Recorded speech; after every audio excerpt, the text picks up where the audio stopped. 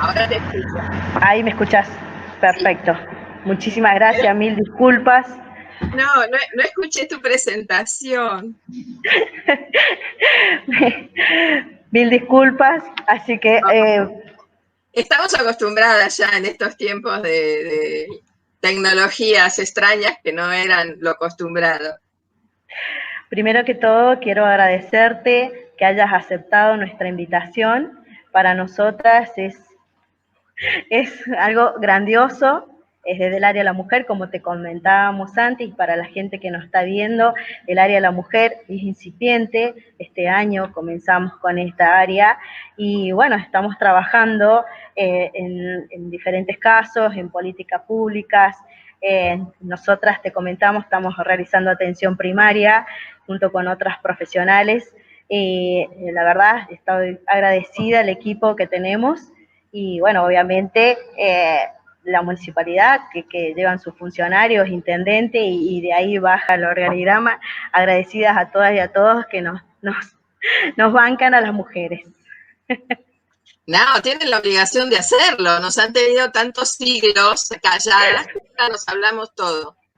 Pero Graciela, nosotras las volvemos locos, los volvemos locos, por eso te decía. No sientas culpa, hay que deshacerse de eso.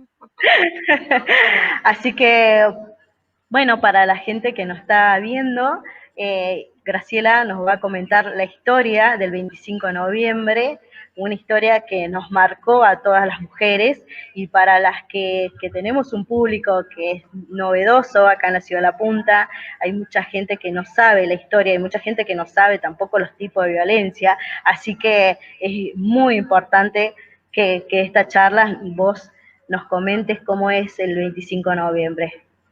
Bueno, no. En primer lugar, agradecerte, porque como estábamos sin audio no pude hacerlo.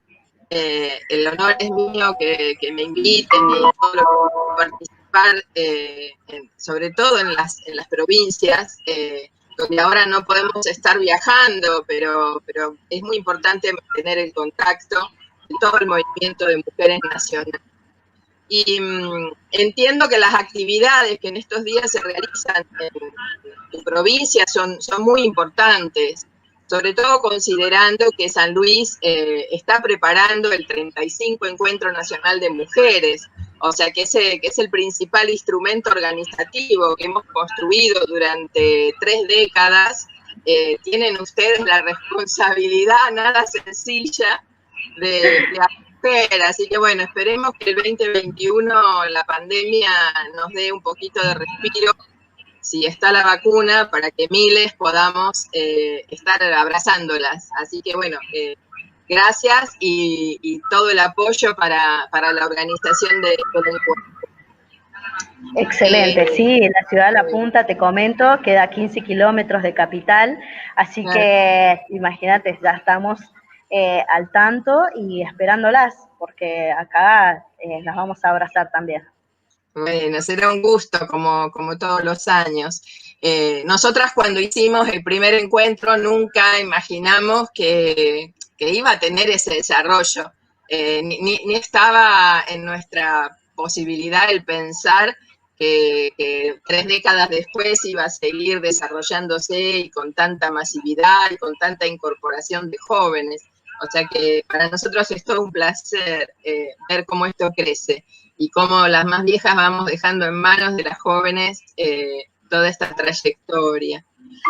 Bien, en vísperas del día, como vos decías, internacional de la eliminación de la violencia contra las mujeres, es muy útil recordar la historia, porque en general andamos de efeméride en efeméride sin saber exactamente cuáles son los orígenes, y a veces las matrices de los fenómenos son las que nos dan el verdadero contenido de lo que en ese día se conmemora.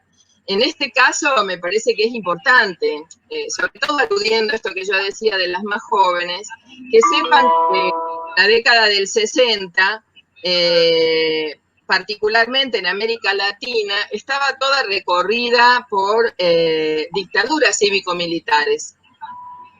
Y que en particular en República Dominicana era una de las dictaduras más sangrientas que tenía América Latina. En este caso, con el dictador al frente, Rafael Leónidas Trujillo, que se hacía llamar nada menos que el generalísimo.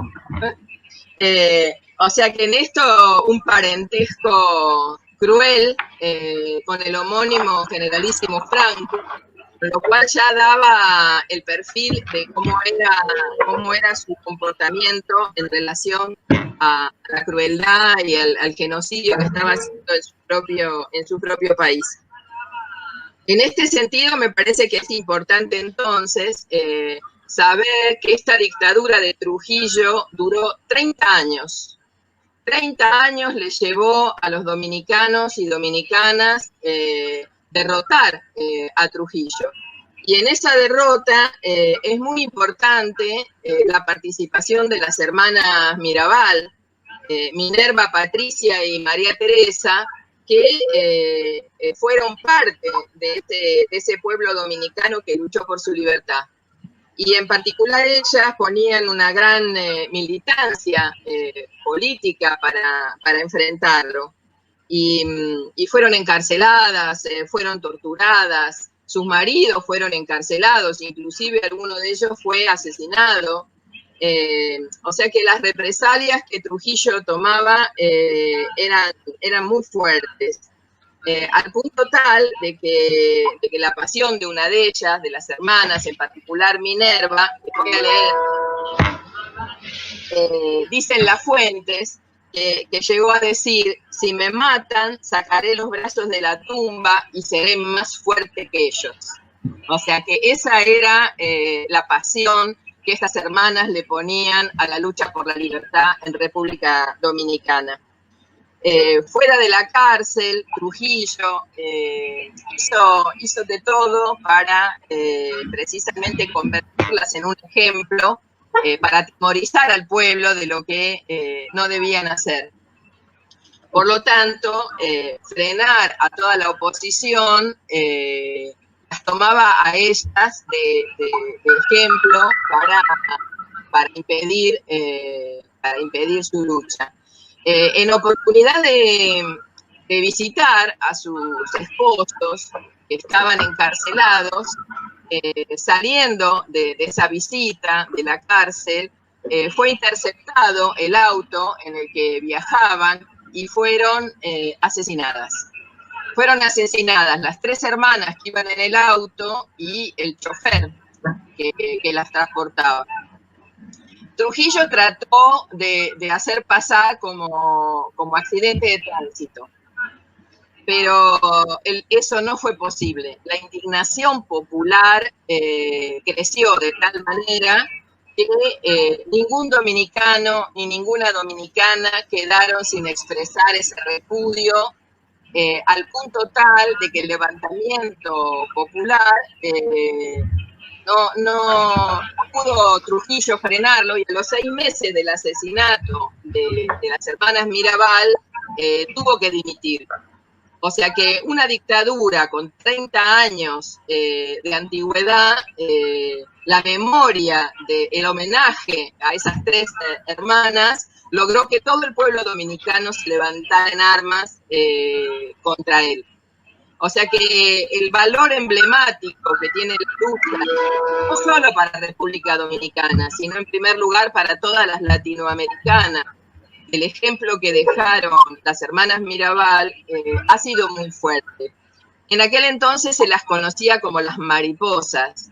Para las más jóvenes, en la historia de las Mirabal y las mariposas, porque pudieron volar por su libertad, fue llevada al cine. O sea que pueden ver una película que se llama Las Mariposas, si quieren reconstruir toda su lucha y la lucha del pueblo dominicano por su liberación.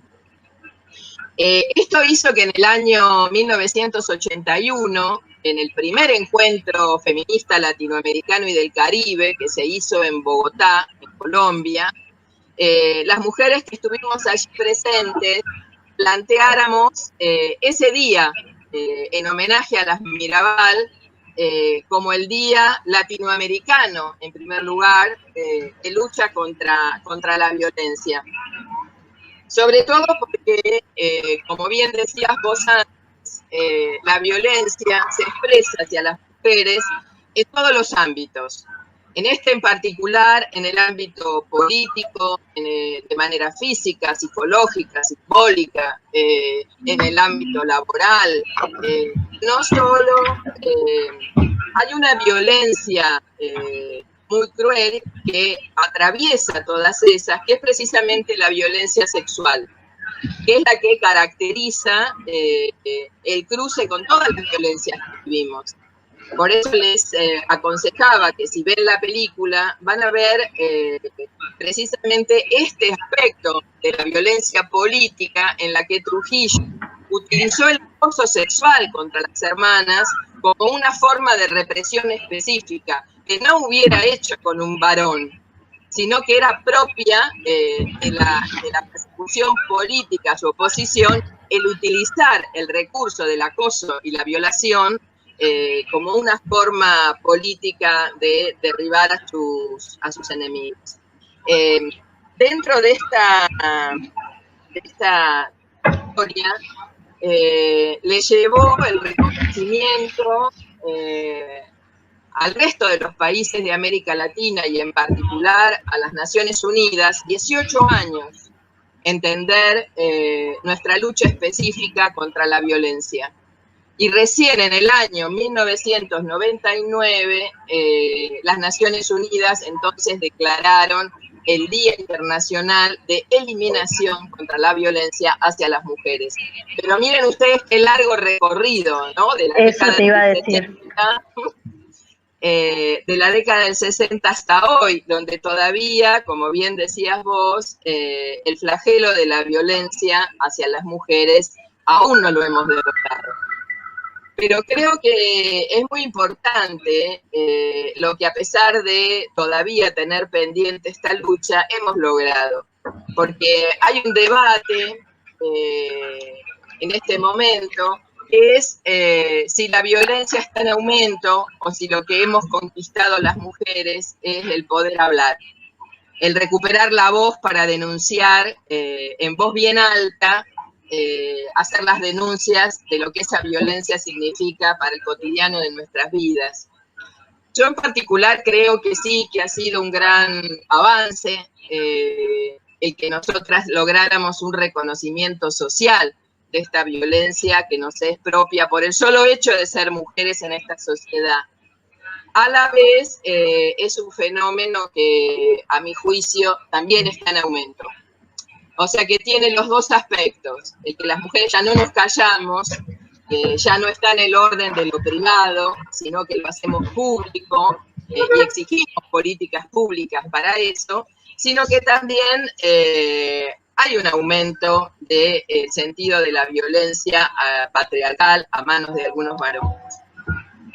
Desde ese punto de vista creo que, bueno, en todo caso, antes de reflexionar sobre la violencia misma y sus causas, que es la forma de entender los procesos y poder transformarlos, esto que vos decías de pandemia me parece que es muy interesante, porque antes del COVID-19 teníamos una pandemia en particular femicida que está recorriendo precisamente todos los sectores sociales, todas las clases sociales, porque en realidad no escapan al mandato del patriarcado. Por lo tanto, el cruce entre la pandemia femicida y el COVID-19 está haciendo estragos.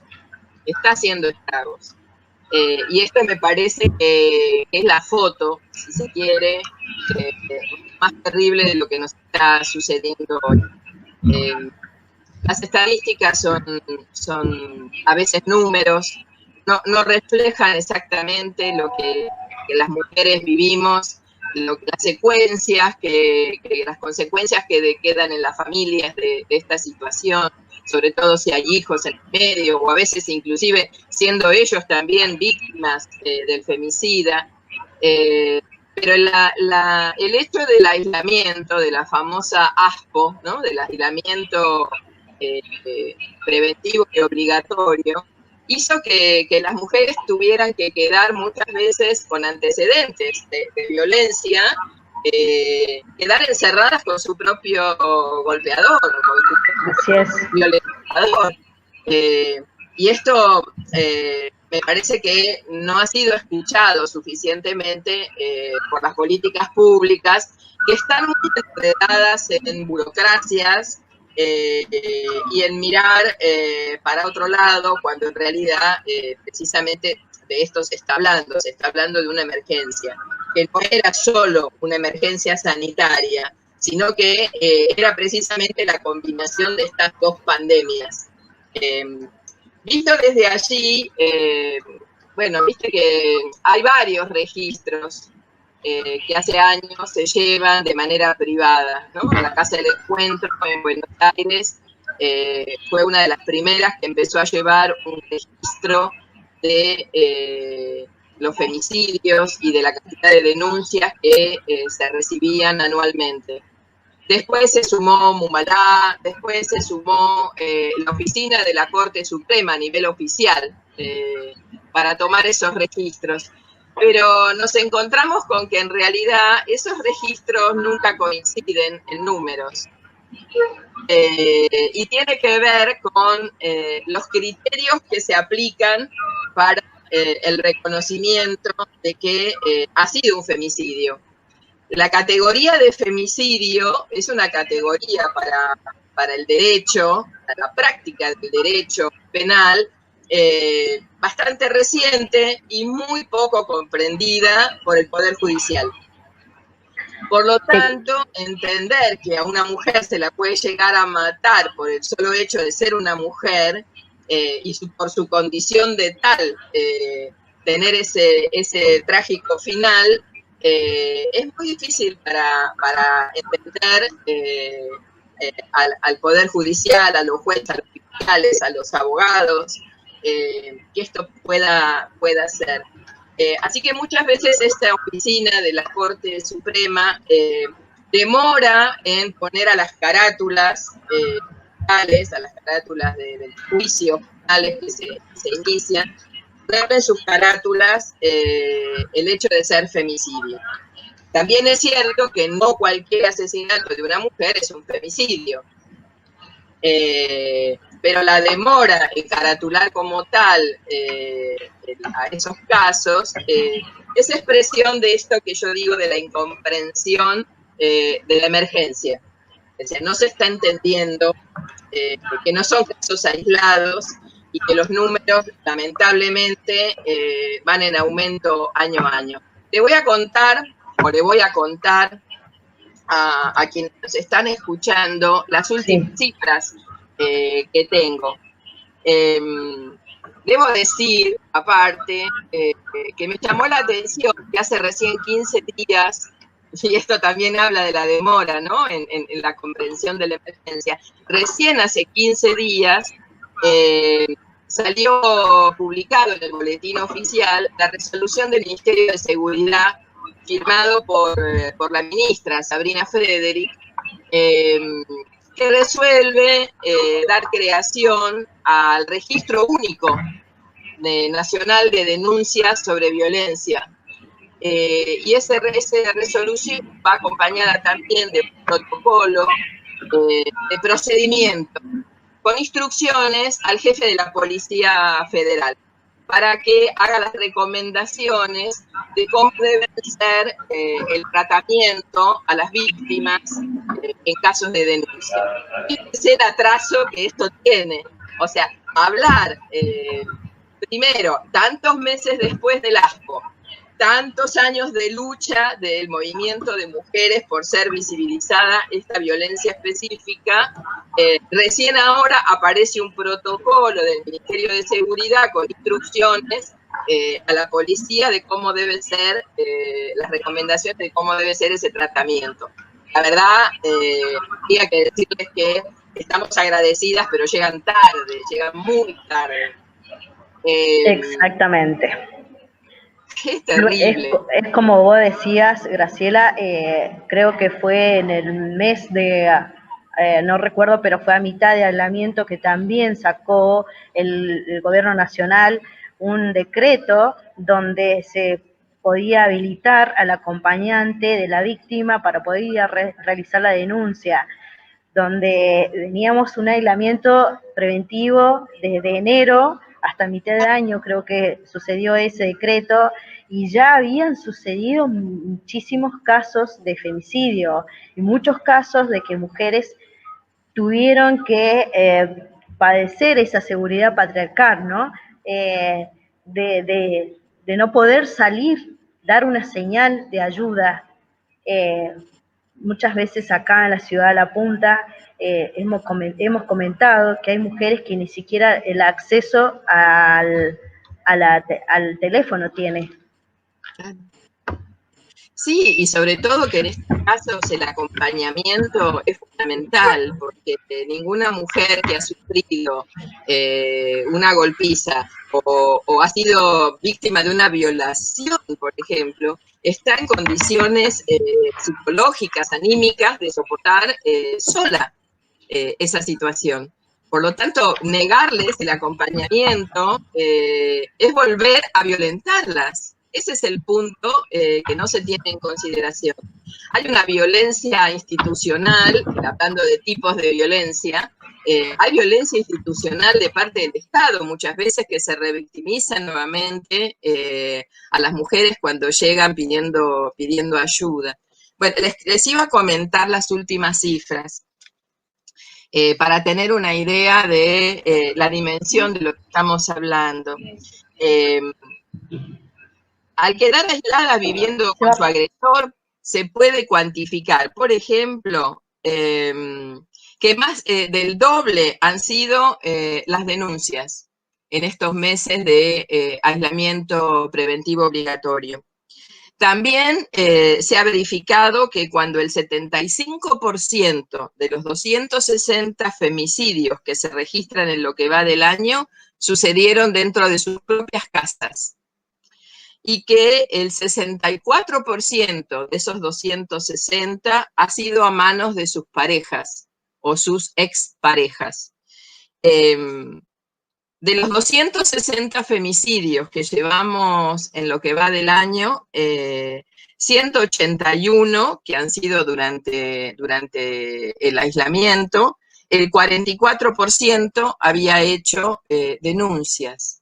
O sea, fíjense ustedes, por suerte, de las últimas estadísticas de los 4 años para atrás, la cantidad de denuncias aumentó, ¿no? Que suma esta verificación en el debate de si estamos hablando más, las mujeres estamos recuperando la voz para denunciar.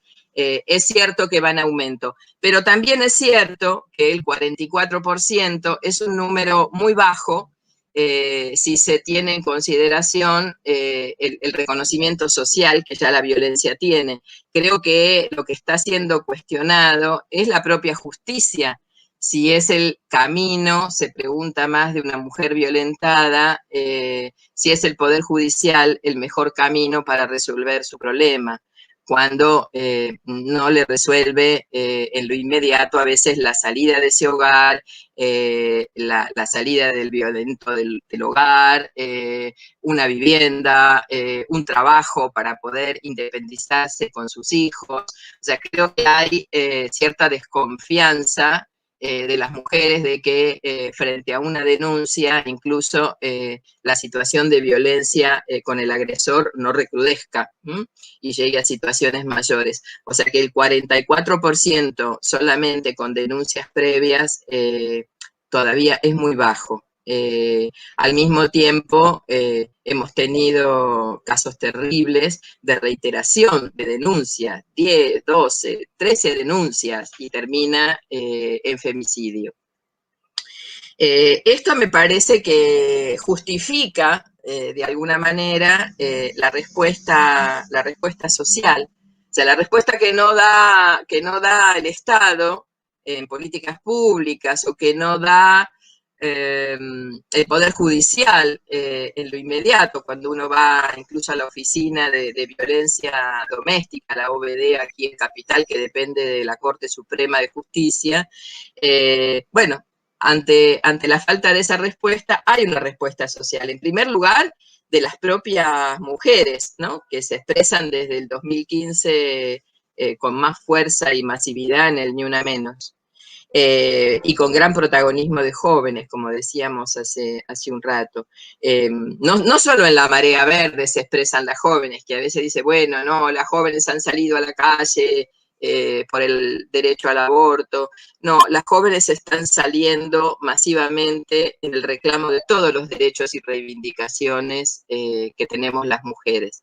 Están siendo conscientes de que si no salen dando esta respuesta, la situación no va a mejorar. Pero por otro lado, también me parece interesante poder analizar cómo han sido las últimas rebeliones populares que contra esta impasividad de la policía, en algunos casos, o del propio Poder Judicial, han terminado en situaciones complejas. Y lo digo esto por el linchamiento y la muerte del violador de la niña Abigail en Tucumán. Abigail había sido violada y asesinada el mismo Día de la Madre, ¿no? Qué fecha tan emblemática para un hecho tan dramático para las mujeres y en particular para las más jóvenes. El no a esa semana había sido noticia. Ya la semana anterior, Jujuy había estado saturado de casos. Y por lo tanto la paciencia social llegó a un límite. Y ese límite precisamente fue el que, si no hay respuesta, la respuesta exasperada, como no podía ser de otra manera, la dio el propio pueblo de Tucumán, y linchó y mató al violador y asesino. Me parece que no tenemos que permitir llegar a estas situaciones. Al mismo tiempo, tampoco debemos juzgarlas de mala manera, porque son la respuesta lógica frente a la desidia del Estado. Digo esto preocupada porque no sé si todas las que me están escuchando saben que he sido convocada para el Consejo Asesor del Ministerio de las Mujeres, Géneros y Diversidad. Y no estoy... Sí se está haciendo porque tiene que ver con esto. Tiene que ver con que, por ejemplo, Tucumán todavía al día de hoy no tiene un solo refugio para mujeres golpeadas. Se ha hecho un plan de acción nacional contra la violencia. Hay una importante cantidad otorgada de presupuesto, pero todavía no se ejecuta lo suficientemente bien. Ustedes me dirán, bueno, es un país federal, el problema es de Mansur, el gobernador debió hacerse cargo de situaciones como estas, pero creo que tenemos una responsabilidad a nivel nacional de garantizar cómo llegamos a todas las provincias. Y me sorprendió cuando me puse en contacto con las compañeras de Tucumán, frente a esta situación tan dramática que se había producido. Encima, ese mismo Día de la Madre hubo 2 Abigail muertas, no una sola. Una niña de 9 años y una de 2, también golpeada por su padrastro. Y me enfrento con esto que me dicen, no hay refugio, ni uno, en la provincia de Tucumán. Sé que no somos conscientes, me parece, desde el Estado, de esto que decíamos antes, de la emergencia, del cruce de pandemias. Por eso entiendo y justifico cuando la respuesta social llega a estos límites, porque hay un silencio absoluto. Insisto, me preocupa que todavía el Ministerio de las Mujeres no esté dando respuesta. pese a que también en ese consejo hemos hecho varias propuestas que han sido desoídas.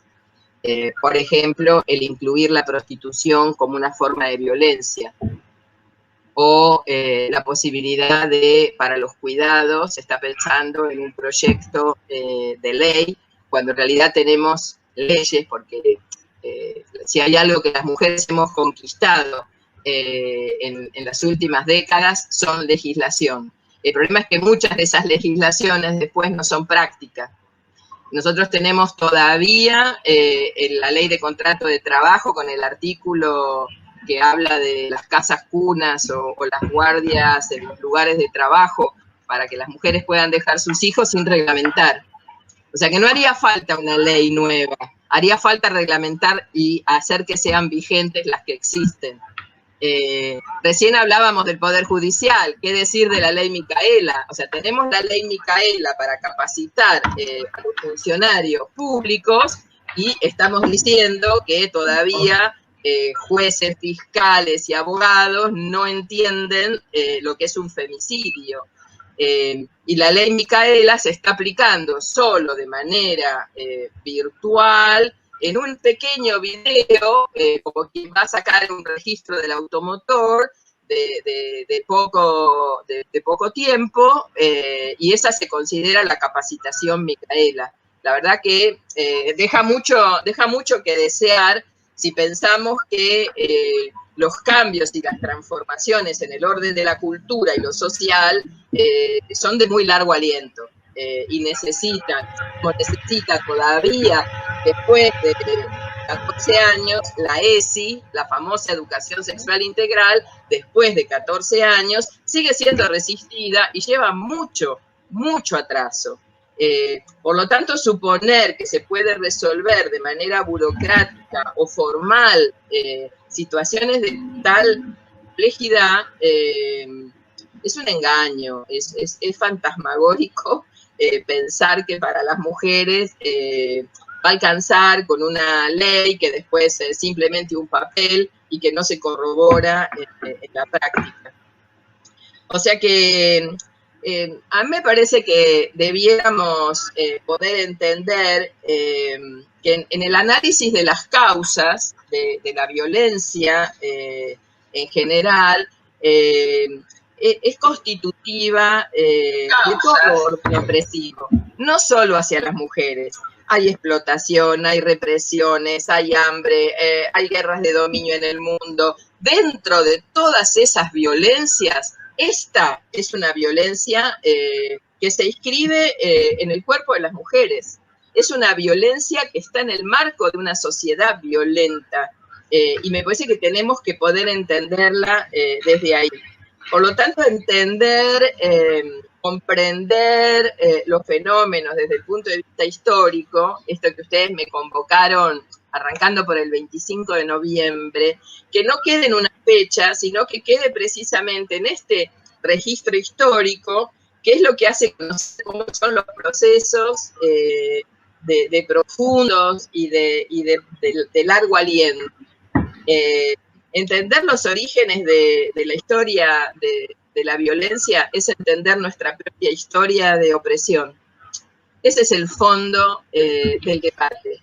Si nosotras no entendemos por qué estamos oprimidas en esta sociedad en todos los ámbitos, desde la brecha salarial, desde la participación política que se lucha por la paridad, desde el poder llegar a los niveles más altos de decisión de las políticas educativas incluso, no vamos a entender por qué todavía nos siguen golpeando.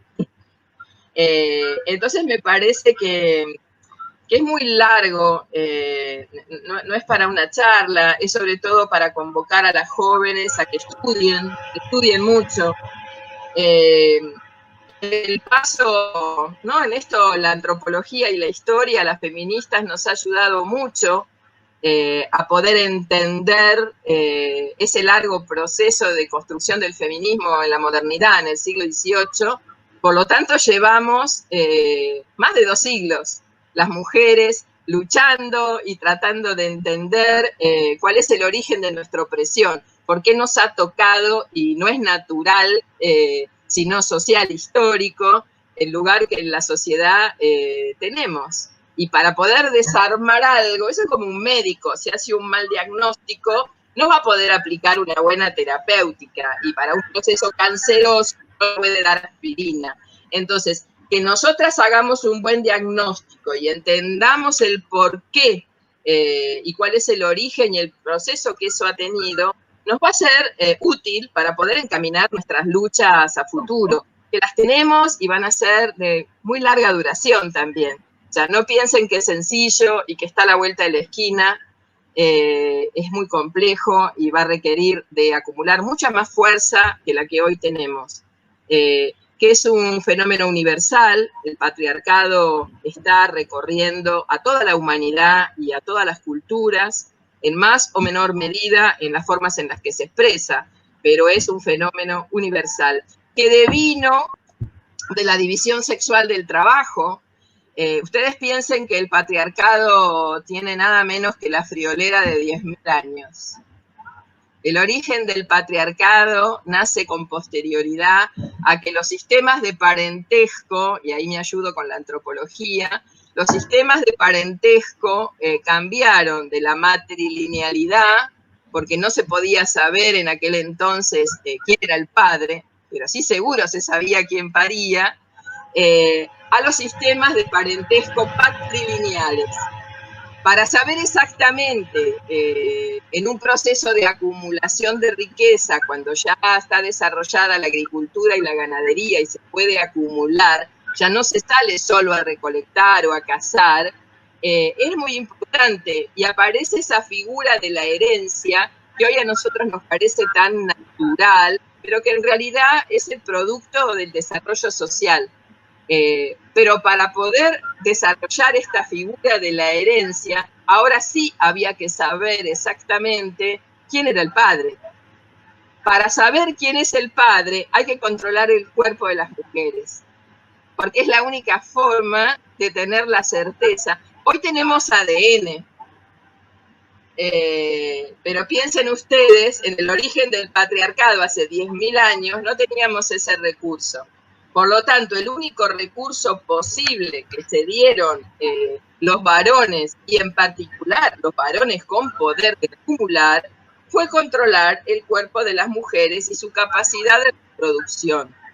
Entonces, de este largo proceso que invito a que estudien, podemos entender muchos de los retrasos, inclusive de este debate sobre la capacidad de decidir sobre nuestros cuerpos, que pone en discusión el derecho al aborto, tiene que ver con ese sello, con ese origen, con esa matriz milenaria en la cual la vida de las mujeres se ha desarrollado.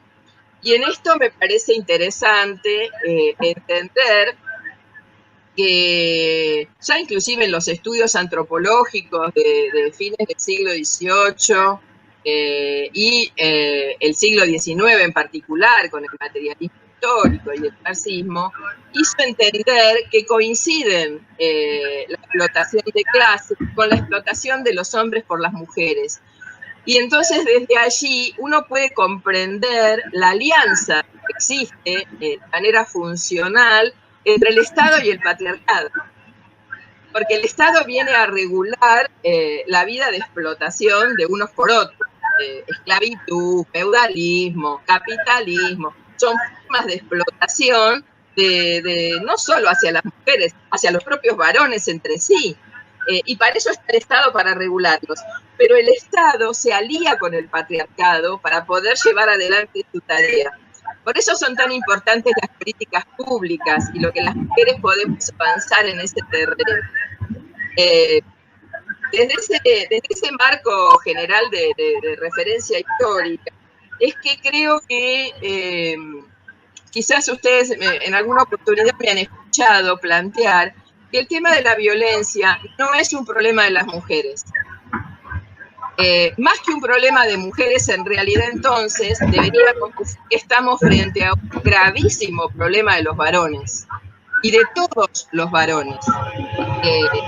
Nos preguntamos, ¿qué les pasa a algunos de ellos que necesitan controlar, golpear, violar. ¿Qué les pasa que necesitan matar mujeres? Por lo tanto, ellos tienen un problema. Nosotras somos víctimas de su problema. Me parece que tenemos que invertir las discusiones. Por eso es que recordamos con tanta facilidad los nombres de las víctimas y no recordamos los nombres de sus asesinos, por ejemplo. Quedan absolutamente invisibilizados. Si a eso le agregamos, yo les voy a advertir un riesgo que vengo viendo, y cambiar la categoría de mujeres por género. Si hablamos de violencia, como habla la ley y como habla incluso la Resolución de Naciones Unidas de violencia contra las mujeres, haríamos muy mal en cambiar esa denominación por violencia de género, que es lo que últimamente circula en medios de comunicación y lo peor, circula de manera jurídica. Porque en la utilización errónea del género estamos invisibilizando no solo a las mujeres, sino fundamentalmente a estos varones que yo creo que son a los que debemos dirigir nuestro discurso para que los que no son femicidas se hagan cargo de trabajar colectivamente con los varones para desarmar los privilegios patriarcales. Si nosotras hablamos de que las mujeres son las principales víctimas y no dejo afuera a aquellas identidades psicosexuales que por su carácter feminizado también son violentadas, estamos por su carácter feminizado, precisamente.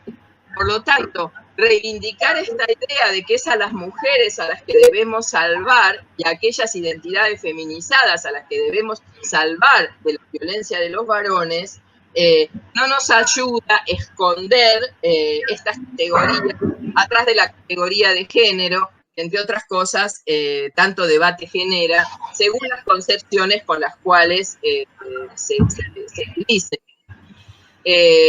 Yo personalmente creo que adhiero al feminismo de los 80, que planteó el género como una relación de poder de carácter sociocultural y sociológica, como lo planteó Joan Scott, de los varones hacia las mujeres. Por lo tanto, los géneros masculino y femenino son los que las feministas luchamos por hacer desaparecer en sus estereotipos. Sin embargo, hoy circula la teoría queer, la teoría de la diversidad o la teoría de las identidades que transforman el género en entidades autopercibidas. Y esto entonces deja fuera de la categoría mujeres a la mitad de la humanidad. A la mitad de la humanidad, que hace 10.000 años viene siendo oprimida, y pasamos a ser las mujeres una identidad más.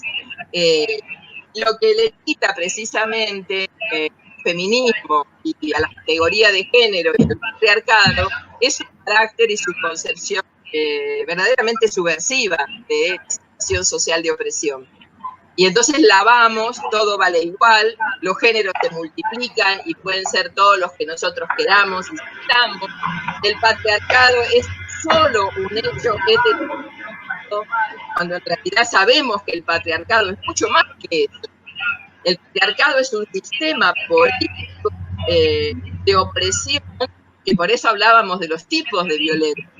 Es un tipo de opresión política, institucional, simbólica, física, económica. No es solo sexual, no es solo de heteronormatividad que el patriarcado se ocupa. Por lo tanto, reducir esas categorías de análisis me parece que es un riesgo para quienes verdaderamente quieren ser feministas y transformar el mundo. No solo nuestra situación individual, sino nuestra situación colectiva, como mujeres en colectivo que somos, todas oprimidas por igual. Graciela, tal cual, Graciela. Como para ir cerrando, la verdad que queremos agradecerte tu presencia y toda la charla que has tenido, esa reflexión, como vos decías, este encuentro y reflexión que nos has dado a todas las mujeres, y de seguro hay un género masculino que también nos ha estado viendo. Así que, Aspiro, la verdad, estoy que, agradecida sí. que bueno, que como vos decís, esta reflexión, esta charla, le haya llegado a los oídos del género masculino y pueda razonar. Nosotras decimos que la violencia, el hombre agresivo, el hombre violento, no cambia si llega a realizar algún tipo de terapia. Dudamos de eso, porque No es, a generalmente ver, disculpa Jessica, no es un problema de terapia, no. porque la sociedad tiene que cambiar, no es un problema individual. Y precisamente si hay varones escuchándonos, debiéramos estar seguros que se van a quedar pensando. Los femicidas son una minoría de la crisis de masculinidad que todos, por eso hablé de todos los varones están sufriendo una dura crisis de masculinidad que tiene que ver con el avance de las mujeres desde la segunda década del siglo pasado. Algunos reaccionan de manera violenta porque no quieren perder ese privilegio corporativo y lo hacen de la peor manera, que es precisamente con una violencia atroz como puede ser el femicida, pero es minoritario. Y después está el malestar en la cultura que ha producido los efectos del transexualismo, que es que muchos varones se identifican con las mujeres y quieren ser femeninas. Y también es un fenómeno minoritario, pero tenemos una gran mayoría de varones que está absorto, digamos, en el mejor de los casos. Está confundido. Sí. Ni es femicida, ni cree que el camino es travestirse, pero está pensando qué va a hacer con sus privilegios patriarcales, está pensando cómo se va a poner a luchar a la par por una sociedad más feliz entre varones y mujeres. Es cierto. Graciela, un placer. Muchísimas gracias por haber compartido con nosotras tu historia, la historia del 25 de noviembre, la emergencia nacional, lo importante de la emergencia nacional, de la violencia, ¿no? Así que, y bueno, obviamente la otra pandemia que estamos teniendo, porque en sí coronavirus es algo por fuera de la pandemia, las mujeres sufriendo desde hace muchas décadas. Así que agradecerte estas charlas, y bueno, estás invitada cuando vengas a Gracias. San Luis, a la ciudad de La Punta, a compartir con nosotras. Acá las chicas están diciendo que te vamos a dar el mejor hospedaje, te vamos a homenajear en la ciudad de La Punta. No sé, ¿qué te podemos más decir? ¿Una placa? Pero agradecidas, celebramos hay que tu garantizar un gran presencia. encuentro y todas juntas vamos a cambiar el mundo, de eso no tengo duda. tengo, Ojalá, tengo certeza. Muchas ojalá, gracias vos, Jessica, y por favor cuídense mucho de las dos pandemias, no solo de una, sí, no solo del COVID. exactamente, Cuídense de toda la exactamente. pandemia de violencia que está en la calle, que está en la casa, que está en el trabajo. Cuídense. El poder salir libres y vestirnos libremente, hablar libremente, muchas cosas que todavía falta. Acá en la ciudad de La Punta es una ciudad nueva que ha crecido velozmente. La gestión de nuestro intendente ha hecho crecer muchísimo esta ciudad. Y bueno, las jóvenes, hay muchísimas jóvenes acá en la ciudad de La Punta, Graciela, así que, y esperemos que esta charla le llegue a ellas y puedan entender las dos pandemias, como vos decías, el Plan Nacional de Emergencia y sobre todo la historia del 25N, que ya se está compartiendo en miles de canales y, como bien decías, películas, programas, así que esperemos que siga y ojalá esta ley de Micaela pueda cumplirse, sobre todo en el estado primordial, que es el judicial, que ahí es donde estamos teniendo muchísimos inconvenientes para que las mujeres puedan ser libres y estar tranquilas, que es lo primordial, que la tranquilidad, ¿no?, de ellas. Así que te agradezco, un beso enorme y un abrazo. Todas.